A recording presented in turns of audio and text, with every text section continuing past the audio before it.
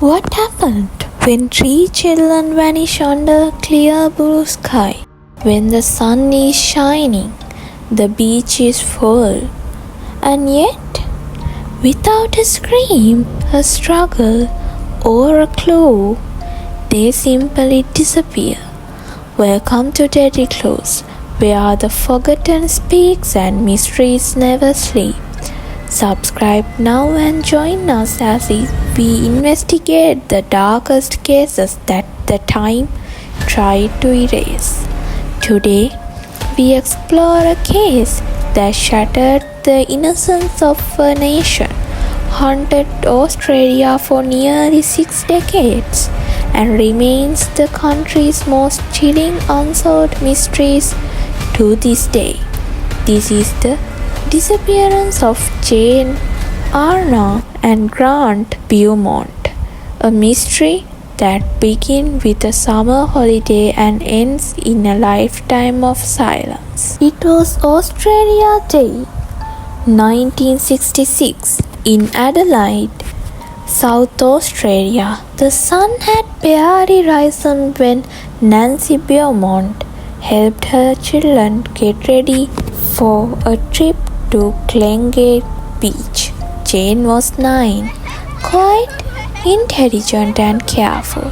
Arnna was 7, more outgoing, spirited. Grant was just 4, cheeky, energetic, and beloved as the baby of the family. They had been to the beach many times. Glenelg was just a 5-minute bus ride from their home in Somerton Park. It was just different era when children would roam freely, when strangers smiled and no one feared the worst. Nancy handed Jane a few coins for snacks and instructed them to be home by midday. She watched them walk away, unaware it would be the last time she would ever see them. They boarded the bus at 10 a.m. and were spotted several times at the beach, playing in the shallow water, sitting on the jetty, walking barefoot along the sand, and then they vanished. When midday came and went, Nancy began to worry.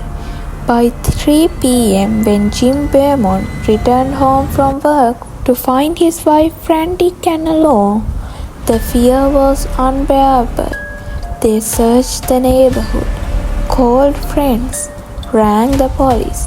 Soon, a full-scale search operation was underway. Glenelg Beach was cordoned off.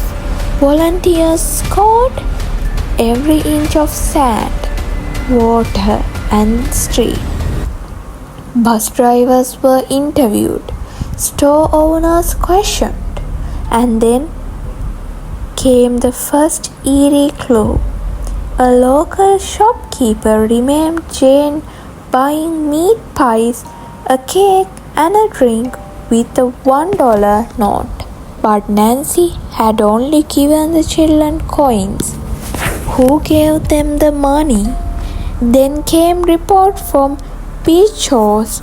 A tall, blond man had been seen playing with the children.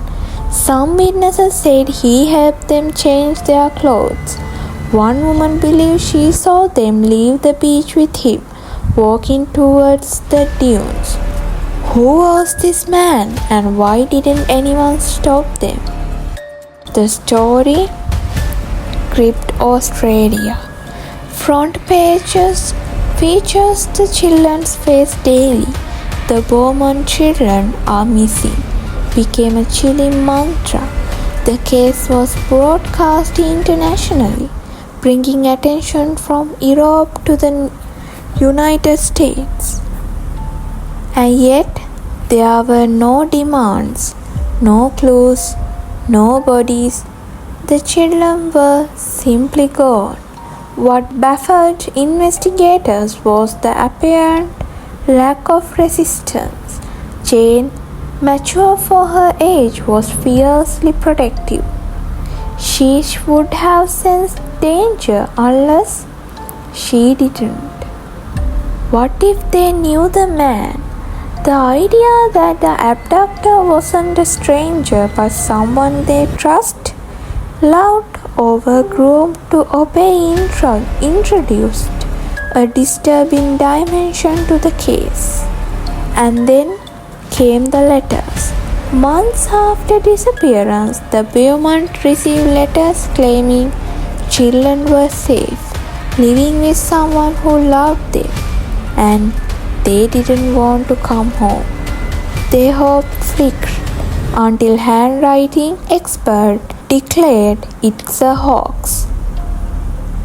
Over a decade, the case would evolve. Clues will surface. Suspect would emerge. One of the most infamous was Bevan Spencer von Einem, a convicted child murderer active in the 1980s. Though police investigated links between him and the Beaumont case, nothing concrete tied him to the 1966 disappearance. Another suspect, a wealthy Adelaide businessman named Harry Phipps, who lived near Glenelg decades later. A pair of men claimed they were hired as boys to dig a hole in his yard the same year the children vanished. A forensic excavation followed, but again, nothing, no remains, no evidence. Then there were the theory of family friend, someone who has slowly gained the children's trust over the time, but this person, if they exist, was never identified. Each suspect, each lead, each theory led only to dead ends.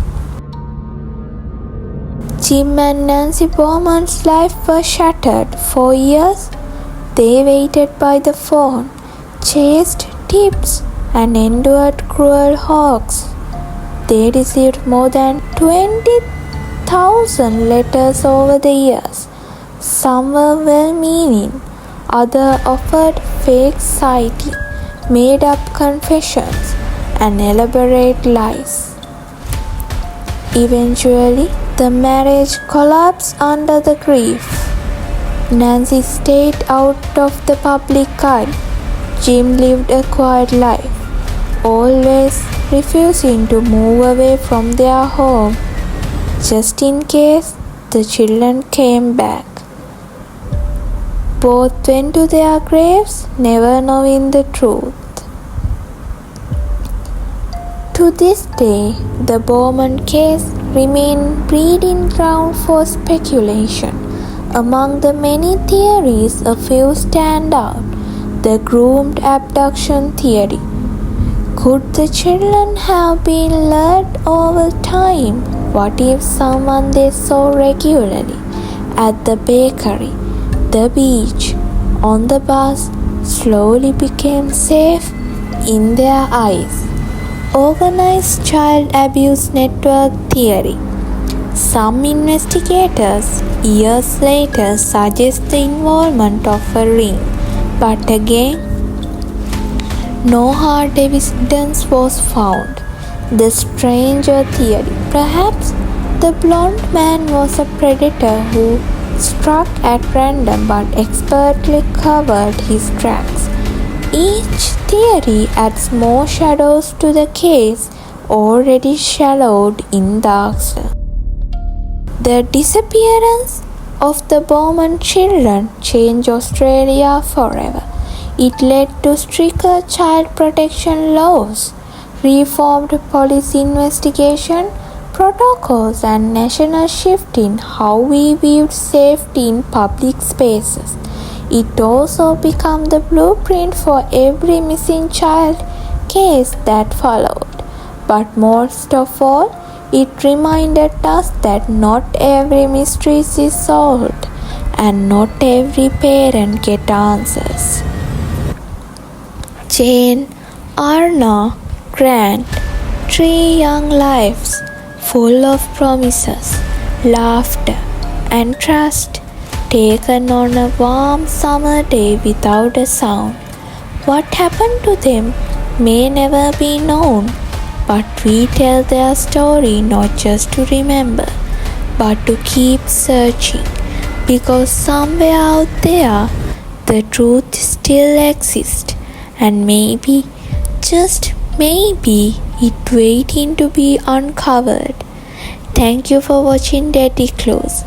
Like, comment and subscribe if you believe that stories like this must never be forgotten. And remember, every clue matters, even the ones buried by the time. Until next time, stay safe and stay curious.